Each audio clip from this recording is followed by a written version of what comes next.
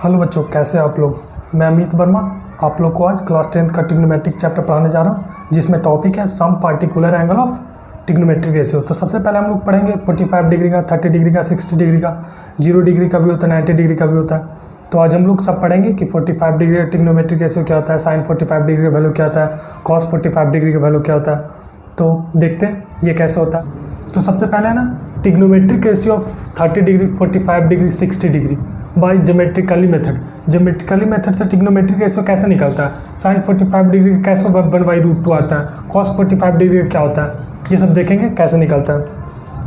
तो आइए बच्चों देखते हैं। सबसे पहले क्या करेंगे ना, एक राइट एंगल आइसोसेलेस ट्रायंगल, इसलिए ये हम लोग बना लिए राइट एंगल आइसोसेलेस ट्रायंगल, जिसका ये साइड और ये साइड इक्वल होगा। हम इसका नाम दे देते हैं ABC, ये नाम हो गया। यहाँ पे 90 डिग्री हो गया, क्योंकि याद रखना क्योंकि हमेशा राइट एंगल ट्रायंगल में ही यूज होता है ट्रिग्नोमेट्रिक रेशियो, ठीक है। तो ये 90 डिग्री हो गए, ये साइड इक्वल है, तो ये 45 डिग्री हो गया और ये 45 डिग्री हो गया, ये दोनों 45 डिग्री हो गया। तो सबसे पहले हम लोग देखेंगे ना, ये 45 डिग्री हो गया और इस साइड को हम मान लेते हैं, BC को मान लेते हैं X। ये साइड हमारा X हो गया, ये साइड हमारा X हो गया, ये भी हो गया X, क्योंकि राइट एंगल आइसोसेलेस ट्रायंगल है, जो ये साइड होगा वो ये साइड होगा। तो ये साइड कितना होगा, तो AC मेरे को निकालना है। तो AC कैसे निकलेगा, पाइथागोरस थ्योरम से AC निकालेंगे। AC इक्वल टू क्या हो जाएगा, हाइपोटेनस है ना AC, तो हाइपोटेनस का स्क्वायर इक्वल टू क्या होता है, परपेंडिकुलर का स्क्वायर बाई बेस का स्क्वायर। तो क्या हो जाएगा, AB का स्क्वायर प्लस BC का स्क्वायर।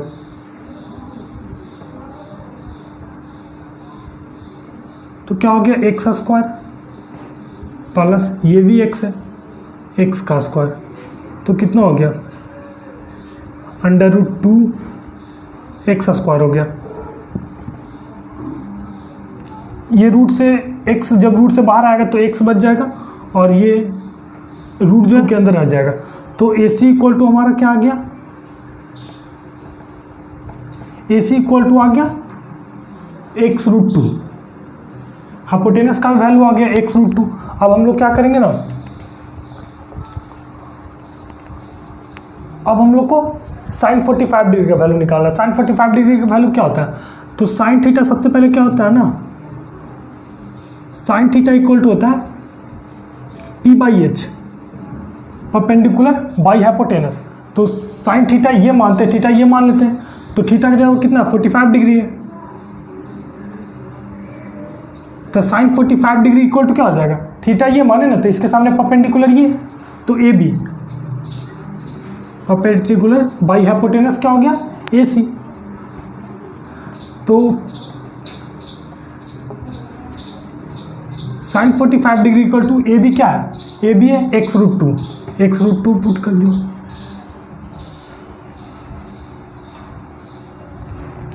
AB हम लोग का क्या है ना, AB है x है, AB x है हम लोग का, तो AB x पुट कर दिए और हाइपोटेनस कितना है, x√2 है, तो x√2 पुट कर दिया हाइपोटेनस। यहाँ से ये कट जाएगा, ऊपर 1 आ गया।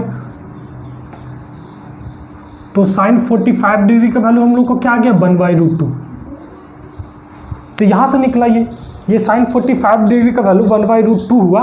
तो यहाँ से निकला, सबसे पहले राइट एंगल आइसोसेलेस ट्रायंगल लिए, जिसमें से दोनों साइड इक्वल होगा, तो x मान लिए, ये भी x मान लिए, ये 45 डिग्री हो, ये 45 डिग्री हो, क्योंकि sum of all angle of a triangle is 180 degree. तो ये 90 डिग्री, ये 45 डिग्री, ये 45 डिग्री, तो ये x हो गया, ये x हो गया। ये पाइथागोरस थ्योरम से ये निकालिए हम लोग, हाइपोटेनस निकालिए Pythagoras theorem.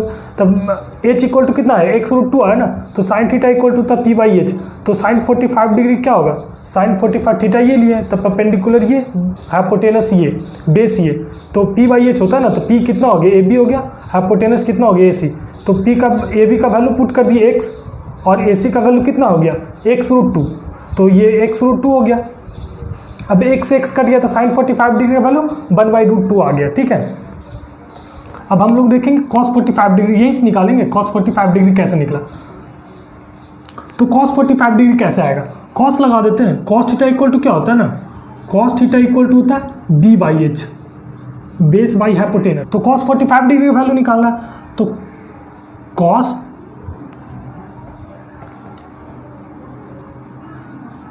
45 degree equal to क्या होगा, इसका होगा b बाई एच, तो b के जगह पे क्या हो गया BC, तो BC लिख दिए, BC by AC, hypotenuse AC है, तो cos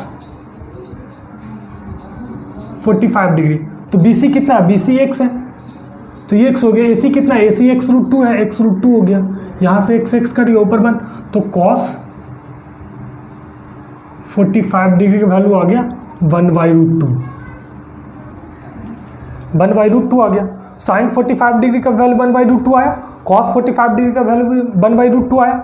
अब हम लोग tan निकाल लेंगे, tan 45 डिग्री का वैल्यू क्या होता है, tan थीटा क्या होता है ना, tan थीटा इक्वल टू हम लोग को होता है परपेंडिकुलर बाई बेस, तो tan 45 डिग्री का वैल्यू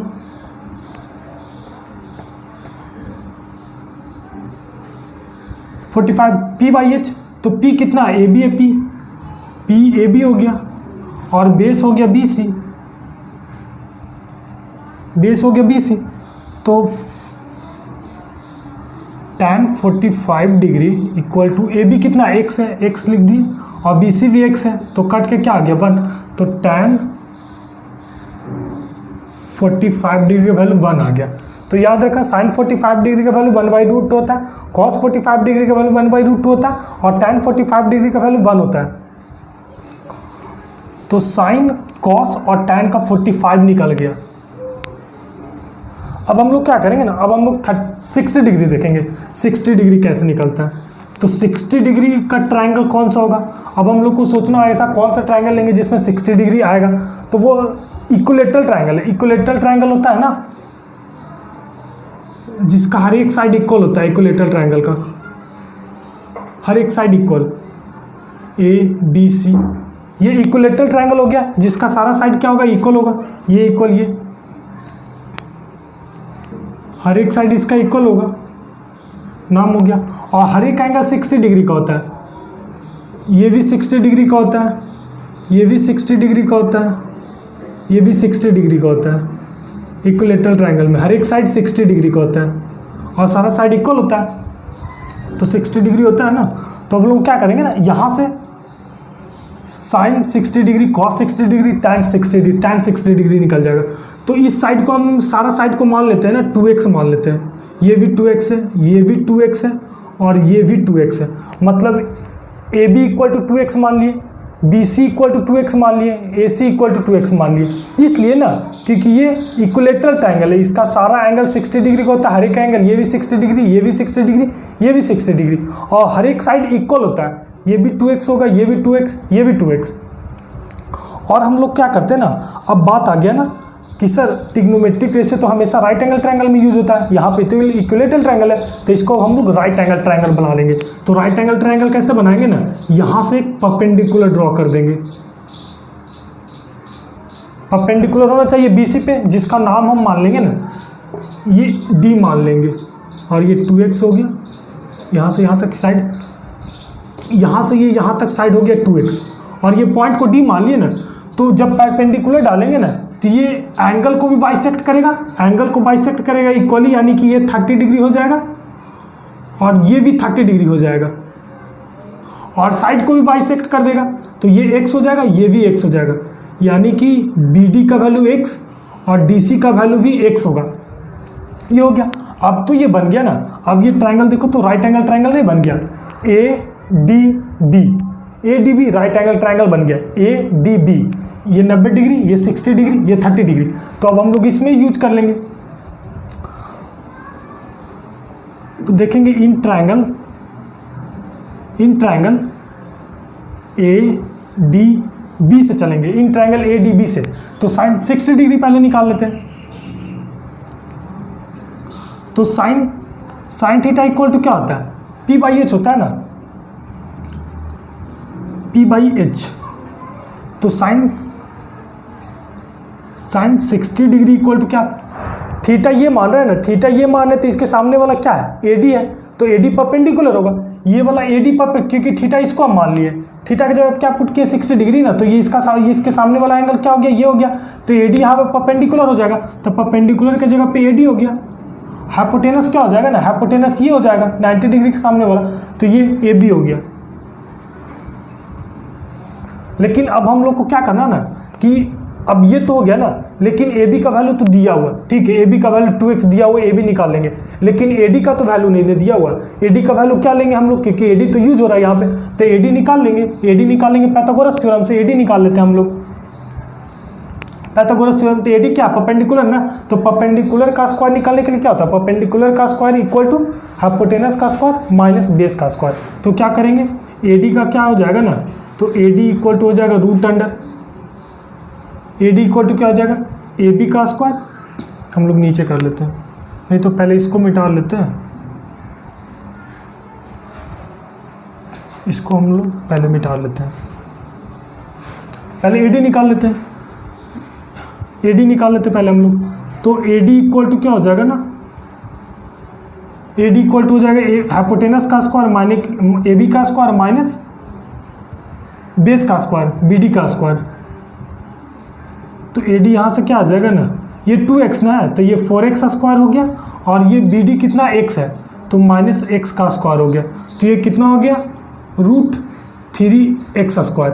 तो रूट हटाएंगे ना, तो क्या हो जाएगा, x से तो रूट निकल जाएगा, तो x √3 ये हो गया, यानी कि ए डी इक्वल टू हमारा कितना आ गया, x √3 आ गया, A D equal to x √3 आ गया।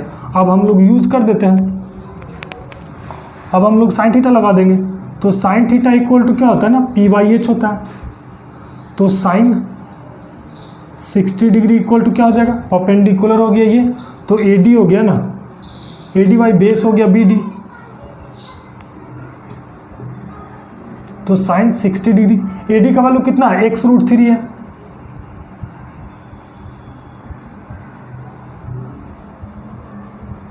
ए बी का वैल्यू कितना है, सॉरी ये बी ए होगा, ये बी ए होगा, बी ए का वैल्यू कितना है, तो 2x है, x से x कट जाएगा, तो साइन 60 डिग्री इक्वल टू आ गया ना √3/2, ये हो गया। यहाँ से प्रूफ हो गया कि साइन 60 डिग्री इक्वल टू √3/2 होता है। अब हम लोग कॉस निकाल लेंगे ऐसे ही करके, इसी में यूज कर देंगे कॉस,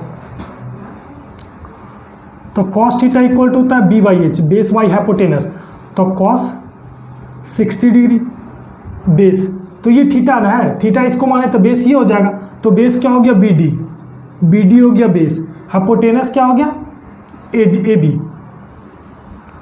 तो कॉस 60 डिग्री, बी डी का वैल्यू कितना, बी डी का वैल्यू x है, तो x लगा दिए, ए बी का वैल्यू कितना है, x 2x है, 2x लगा, x कट गया ना, तो cos 60 डिग्री इक्वल टू 1/√2 आ गया, यहाँ से cos 60 डिग्री भी निकल गया।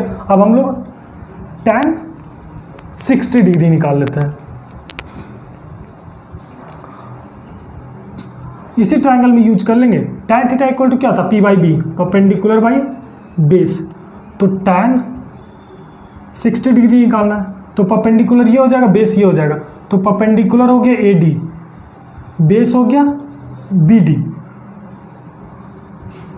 तो tan 60 डिग्री, ए डी का वैल्यू कितना है, x √3 है, बी डी का वैल्यू कितना है, x है, तो x से x कट जाएगा, तो tan 60 डिग्री इक्वल टू हो जाएगा √3।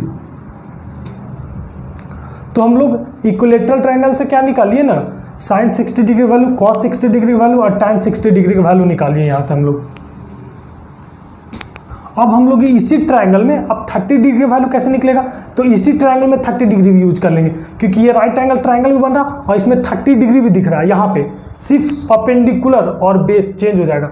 अभी हम 60 डिग्री को थीटा माने थे ना, अभी हम लोग 60 डिग्री को थीटा माने थे ना, तो इसके सामने वाले ये हुआ था परपेंडिकुलर, लेकिन अब थीटा हम लोग इसको मानेंगे ना, तो परपेंडिकुलर ये हो जाएगा, बस ये चेंज कर जाएगा बस।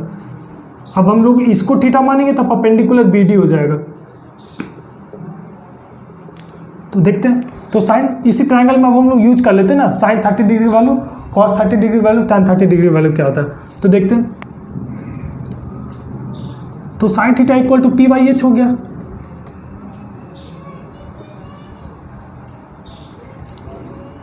तो sine 30 degree, sine 30 degree, theta ये माने है इस समय, थीटा की जगह पे ये 30 डिग्री, तो थीटा की जगह पे ये है ना, तो इसके सामने वाला साइड क्या होगा, BD हुआ, तो BD हो गया इस बार परपेंडिकुलर, तो BD हो गया परपेंडिकुलर, हाइपोटेनस तो सेम ही रहेगा, तो हाइपोटेनस ये भी हो जाएगा। तो sine 30 degree equal to BD की जगह क्या, BD कितना x है, BD x हो गया, AB कितना 2x है, 2x पुट कर दिया, x कर दिया, तो साइन 30 डिग्री वैल्यू 1/√2 हो गया, साइन 30 डिग्री निकल गया। अब ऐसे ही हम लोग कॉस 30 डिग्री निकाल लेंगे इसी ट्रायंगल में पुट करके। तो कॉस थीटा इक्वल टू होता है बेस बाई हाइपोटेनस b/h, तो कॉस 30 डिग्री निकालना ना, तो बेस कितना हो गया, बेस अब हम लोग का ये हो जाएगा ना, क्योंकि ये तो परपेंडिकुलर हो, ये हाइपोटेनस, क्योंकि थीटा इसको माने, तो बेस AD हो जाएगा, तो AD/AB, तो कॉस 30 डिग्री, AD कितना है, AD हम लोग का है x√3 AD, और हाइपोटेनस कितना है 2x है, तो यहाँ से ये कट गया, तो कॉस 30 डिग्री इक्वल टू हो गया √3/2, यहाँ से कॉस 30 डिग्री भी निकल गया। अब हम लोग tan 30 डिग्री निकाल लेते हैं, हम लोग अब tan 30 डिग्री निकाले, tan 30 डिग्री, तो इसी ट्रायंगल का यूज करेंगे। tan थीटा इक्वल टू क्या होता है, बेस परपेंडिकुलर बाई बेस, तो tan 30 डिग्री, परपेंडिकुलर क्या हो जाएगा, परपेंडिकुलर तो BD होगा, बेस क्या होगा, बेस AD होगा,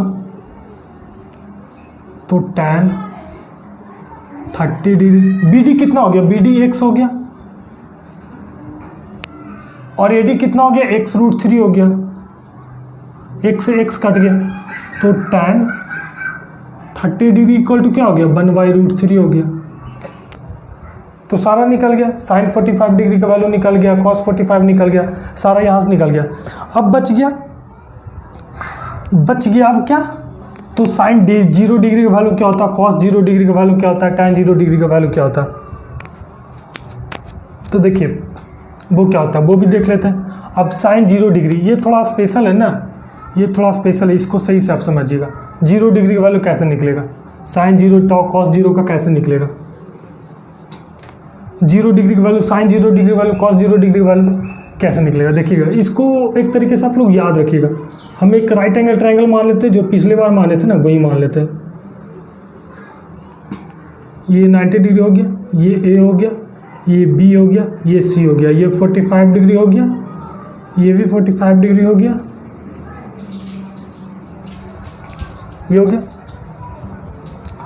अब हम लोग क्या करते हैं ना, हम लोग क्या किए थे, इसको x माने थे, ये भी x माने थे, तो ये x√2 ये आ गया था। तो हम लोग क्या किए थे ना उस समय कि साइन 45 डिग्री जब वैल्यू पुट किए थे, साइन 45 डिग्री, तो इसका परपेंडिकुलर बाई हाइपोटेनस होता था। परपेंडिकुलर तो ये हो गया हमारा, तो x हम लोग पुट कर दिए थे परपेंडिकुलर, x डिस्टेंस, ये डिस्टेंस है, ये डिस्टेंस है x, तो x पुट कर दिए, ये भी डिस्टेंस है x√2, ये भी पुट कर दिए, ये भी हमारा डिस्टेंस है, तो ये भी पुट कर दिए, ये डिस्टेंस है, तो परपेंडिकुलर x डिस्टेंस का, तो x पुट कर दिए, ये x√2 है, x√2 ये पुट कर दिए, तो यहाँ से क्या हो गया ना, ये कट गया। लेकिन अगर जो, तो ये 1/√2 आ गया, तो साइन 45 डिग्री का वैल्यू 1/√2 आ गया। लेकिन अगर जो बोलेगा कि साइन 0 डिग्री का वैल्यू क्या हो, 0 डिग्री मतलब ये साइन 45 डिग्री निकालने बोला ना, तो यहाँ पे 45 डिग्री रख दिए, तो यहाँ पे ये वैल्यू रख दिए। तो सोचिए यहाँ पे थीटा की जगह 45 है, तो ये 45 है, लेकिन हमको थीटा की जगह पे 0 डिग्री रखना है, थीटा की जगह पे हमको 0 डिग्री रखना है, तो जाहिर सी बात है यहाँ पे जो एंगल बनेगा ना, ये 0 डिग्री का बनेगा। यहाँ पे एंगल ये क्या बनेगा, यहाँ पे ये एंगल बनेगा कितने का था, 0 डिग्री का। तो अब बात सोचने का ये है ना कि दो लाइन के बीच में 0 डिग्री का एंगल क्या बन सकता है, ये कुछ एंगल है, ये थीटा कुछ एंगल है, ये 0 डिग्री नहीं है। तो 0 डिग्री यहाँ पे कब बनेगा, तो ये 0 डिग्री कब बनेगा ना, जब ये वाला लाइन, ये ऐसे एक लाइन है ना, यहाँ पे ये लाइन है, ये दोनों ऐसा करके लाइन है ना, तो 0 डिग्री यहाँ पे कुछ एंगल है, तो 0 डिग्री कब बनेगा, जब ये वाला जो साइड है, ये वाला साइड जो है ना, ये वाला साइड मूव करके ना, धीरे धीरे मूव करके, तो जैसे जैसे मूव करेगा ना, ये एंगल कमते जाएगा, जैसे जैसे ये मूव करेगा ना, ये एंगल क्या होगा ना, कमते जाएगा, ये जैसे जैसे नीचे की ओर मूव करेगा। और एक समय अगर जो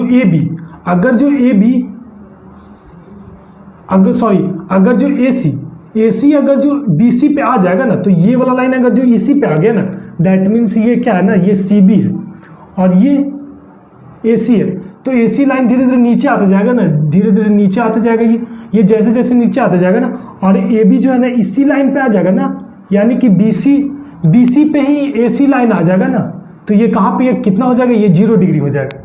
अगर जो ये लाइन इसी पे आ जाएगा तो ये 0 डिग्री, तो ये डिस्टेंस कितना होगा, तब तो ये धीरे धीरे नीचे आ गया ना, तो ये डिस्टेंस तो 0 हो जाएगा, तो परपेंडिकुलर हमारा क्या हो जाएगा, परपेंडिकुलर 0 डिग्री हो जाएगा। और इसका वैल्यू तो कुछ भी रहेगा, इसका वैल्यू कुछ भी रहे, फर्क नहीं पड़ता, तो 0/समथिंग, अगर जो x√2 ही इसको मान लेते हैं, तो 0/समथिंग इक्वल टू 0 आएगा। तो इसके वैल्यू पे डिपेंड नहीं करता, क्योंकि जब जैसे ये 0 होगा ना, तो ये साइड यहाँ पे एंगल 0 हो जाएगा, मतलब ये लाइन इसी लाइन पे चलाएगा। जब ये लाइन AC अगर जो BC पे ही चलाएगा ना, तो ये वाला डिस्टेंस 0 होगा, तो 0/समथिंग इक्वल टू 0, बस ऐसे ही निकलता है। अब हम लोग कॉस का देख लेते हैं। अब हम लोग देखेंगे कॉस 0 डिग्री वैल्यू क्या होता है। तो कॉस 0 डिग्री का वैल्यू क्या होता है, तो कॉस थीटा इक्वल टू क्या होता है ना, B/H, बेस बाई हाइपोटेनस। तो 0 डिग्री, यहाँ पे 0 डिग्री न लाना है, तो क्या करेंगे, देखिए ये तो हमारा बेस था, CB था बेस।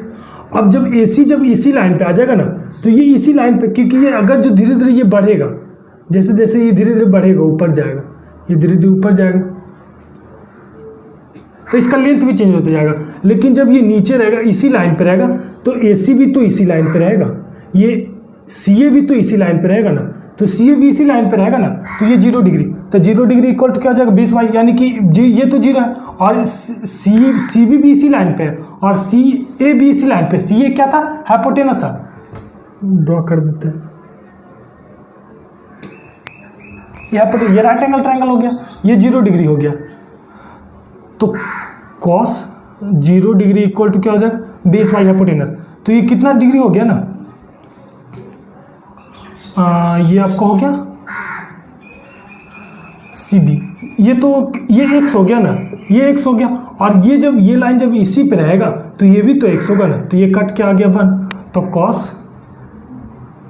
0 डिग्री का वैल्यू 1 होता है। ठीक है, अब हम लोग tan 0 डिग्री देख लेते हैं।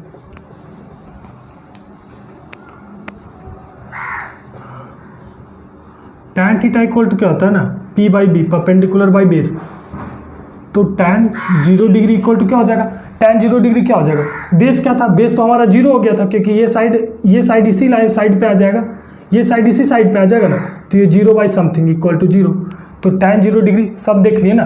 तो अब हम लोग एक क्या कर लेंगे ना, हम लोग का सारा साइन कॉस tan का 0 डिग्री का वैल्यू, 30 डिग्री का वैल्यू, 45 डिग्री का वैल्यू, 60 डिग्री वैल्यू, एक 90 डिग्री बच गया, तो 90 डिग्री हम लोग ग्राफ में देख लेंगे।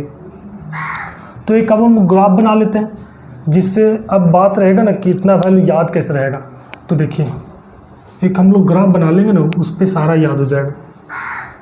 और कुछ और होता है, सेक का कैसे निकलेगा, कॉसेक का कैसे निकलेगा, तो वो तो रेसिप्रोकल होता है, वहीं से निकल जाएगा। तो हम लोग सबसे पहले ले लेते हैं ना, यहाँ पे ले लेते हैं,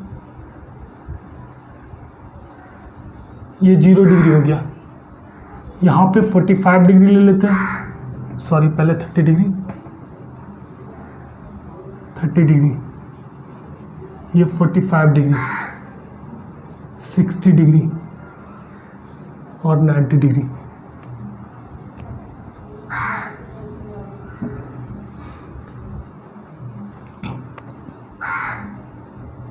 ये साइन थीटा हो गया, कॉस थीटा, टैन थीटा,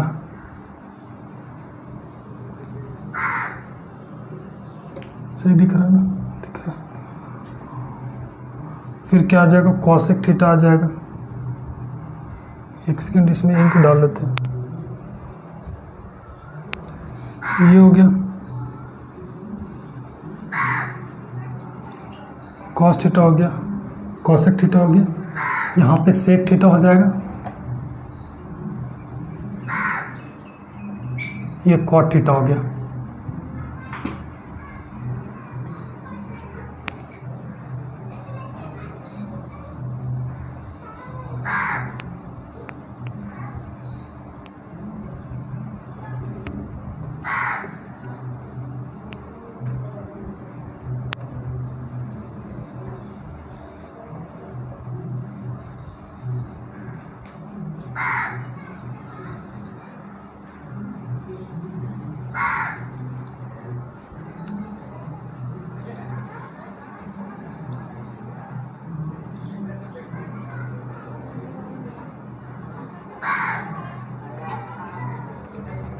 तो हम लोग पढ़े साइन 0 डिग्री वाले को क्या पढ़े, 0 पढ़े, थीटा की जगह पे 0 रख दिए, 1 पढ़े। साइन 30 डिग्री का वैल्यू क्या पढ़े, थीटा की जगह पे 30 डिग्री रख देंगे, तो इसका 1/2 होता है।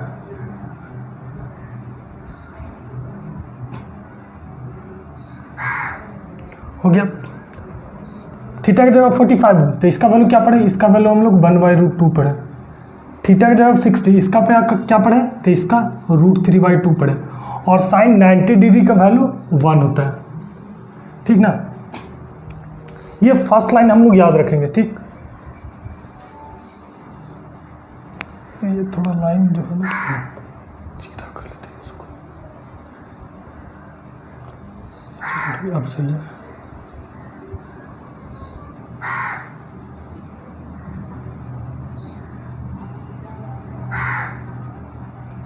हो गया 0 डिग्री। अब हम लोग क्या करेंगे ना, कॉस थीटा में कुछ नहीं करेंगे, उतना याद नहीं रखना ना, इसको सीधे पलट के इधर कर देते हैं। नहीं तो हम लोग क्या पढ़े थे ना, कॉस 0 डिग्री का वैल्यू क्या पढ़े थे, 1 पढ़े थे। कॉस 30 डिग्री का वैल्यू क्या पढ़े थे, √3/2 पढ़े थे, आया था। कॉस 45 का क्या आता है, इसका भी 1/2 आया था। कॉस 60 डिग्री का वैल्यू क्या आता है, 1/2 आया था। और कॉस 90 डिग्री का वैल्यू 0 होता है। तो ये जो है ना, ये कॉस थीटा जो है ना, जैसे जैसे देखिए ये कॉस थीटा है ना, साइन का सीधे उल्टा है। ये साइन 90 डिग्री का वैल्यू क्या होता है, 1 होता है ना, तो यहाँ पे कॉस 0 डिग्री का वैल्यू होता है। तो सीधे क्या करना है ना, इसको कॉस थीटा को पलट के लिख देना। तो यहाँ पे 1 आया ना, तो 1 पहले लिख देना, फिर लास्ट में क्या आता है, √3/2 आया था, तो √3/2 सेकंड में। यहाँ पे पहले क्या आता है, 0 आया था ना, तो 0 लास्ट में लिखना है, 0 को लास्ट में लिखना है, 1/2 को 60 डिग्री पे लिखना है, यानी कि पलट के लिख देना। यानी कि 90 जो साइन 90 का वैल्यू रहेगा वो कॉस 0 का वैल्यू रहेगा, जो साइन 60 का वैल्यू रहेगा वो कॉस 30 का वैल्यू रहेगा, और जो साइन 45 डिग्री का वैल्यू रहेगा ये 45। तो ये 45 बीच में आता है, तो ये दोनों का 1/2 होता है, हम पढ़े भी थे। अब क्या करना है ना, इसको क्या करना है ना, क्योंकि tan थीटा इक्वल टू क्या होता है, tan थीटा इक्वल टू हम लोग पढ़े थे sine theta by cos theta. तो साइन 0 का वैल्यू क्या होता है, साइन 0 का वैल्यू 0 और कॉस 0 का वैल्यू 1, तो 0/1 0 हो जाएगा। ये क्या होगा, ये साइन tan क्या हो जाएगा, tan साइन बाई कॉस, तो साइन कितना 1/2 है ना, तो ये 2 कट जाएगा, तो यहाँ पे क्या हो जाएगा 1/√3 हो जाएगा। ये कॉस 45 डिग्री का वैल्यू क्या होता है, सॉरी tan 45 डिग्री का वैल्यू क्या होता है, तो साइन 45 बाई कॉस 45, तो 45 से 45 कट जाएगा। आप देख लीजिए tan 45 डिग्री इक्वल टू क्या होता है, तो sine 45 degree by cos 45 degree. तो साइन 45 डिग्री का वैल्यू क्या 1/√2, इसका भी कॉस 45 डिग्री का वैल्यू 1/√2 कट गया, तो 1 आ गया, तो ये होता है 1। यहाँ से ये काट लेंगे 60, tan 60 का वैल्यू क्या होगा, साइन 60 बाई कॉस 60, तो काट लेंगे, तो 2 से 2 कट जाएगा, तो ये √3 हो जाएगा। और ये 1/0 होता है ना, तो ये नॉट डिफाइन होता है। 0/समथिंग इक्वल टू 0 होता है, लेकिन 1/0 इक्वल टू नॉट डिफाइन। जब हम लोग पुट करेंगे ना, यहाँ पे 90 डिग्री पुट करेंगे, यहाँ पे 90 डिग्री अगर जो हम लोग पुट कर दिए, तो ये भी 90 डिग्री हो जाएगा, ये भी 90 डिग्री हो जाएगा। तो साइन 90 डिग्री वैल्यू क्या 1 और कॉस 90 डिग्री 0, तो 1/0 क्या होता है, नॉट डिफाइन होता है, तो इसको नॉट डिफाइन लिखेंगे। नॉट डिफाइन में क्या होता है ना कि एग्जैक्ट उसका वैल्यू नहीं बता पाएंगे, उसका वैल्यू इतना ज़्यादा होता है ना कि उसका वैल्यू बता नहीं पाएंगे। ये हो गया। अब आ गया कॉसेक थीटा। कॉसेक थीटा क्या होता है ना, तो कॉसेक थीटा साइन का उल्टा होता है, साइन का रेसिप्रोकल होता है कॉसेक। तो साइन 0 डिग्री का वैल्यू क्या होता है, साइन 0 डिग्री का वैल्यू हो गया ना 0, तो कॉसेक 0 डिग्री का वैल्यू क्या होगा, तो ये 0/1 है ना, तो ये 1/0, और 1/0 वैसे भी होता है नॉट डिफाइन, तो ये नॉट डिफाइन होगा, ये नॉट डिफाइन हो गया। कॉसेक 30 डिग्री का क्या होगा, तो इसका रेसिप्रोकल, तो ये 1/2 है, तो ये 2 हो जाएगा। कॉसेक 45 डिग्री का वैल्यू क्या होगा, तो ये 1/√2 है, तो ये सिर्फ √2 हो जाएगा रेसिप्रोकल। ये इसका रेसिप्रोकल हो जाएगा, तो 2/√3, और ये 1 का रेसिप्रोकल क्या होगा, 1 ही होगा। ये कॉस थीटा सेक थीटा है, तो सेक किसका उल्टा होता है, कॉसेक का उल्टा होता है, तो ये 1 है, तो इसका 1 भी रेसिप्रोकल 1, इसका रेसिप्रोकल हो जाएगा 2/√3। ऐसे रेसिप्रोकल सबका कर देना, इसका रेसिप्रोकल कर देना, फिर ये इसका रेसिप्रोकल कर देना, और फिर ये 0/1 है, तो इसका रेसिप्रोकल करेंगे तो 1/0, 1/0 नॉट डिफाइन, ये नॉट डिफाइन हो जाएगा। फिर कॉट किसका रेसिप्रोकल होता है, कॉट tan का, तो tan 0 डिग्री का वैल्यू क्या होता है, 0 होता है, tan 0 डिग्री वैल्यू 0 होता है, तो ये क्या हो जाएगा, tan कॉट किसका उल्टा था, tan का, तो इसको उल्टा करेंगे ना, तो ये 0/1 है, तो 1/0 हो जाएगा, तो 1/0 क्या, नॉट डिफाइन, तो ये नॉट डिफाइन हो जाएगा।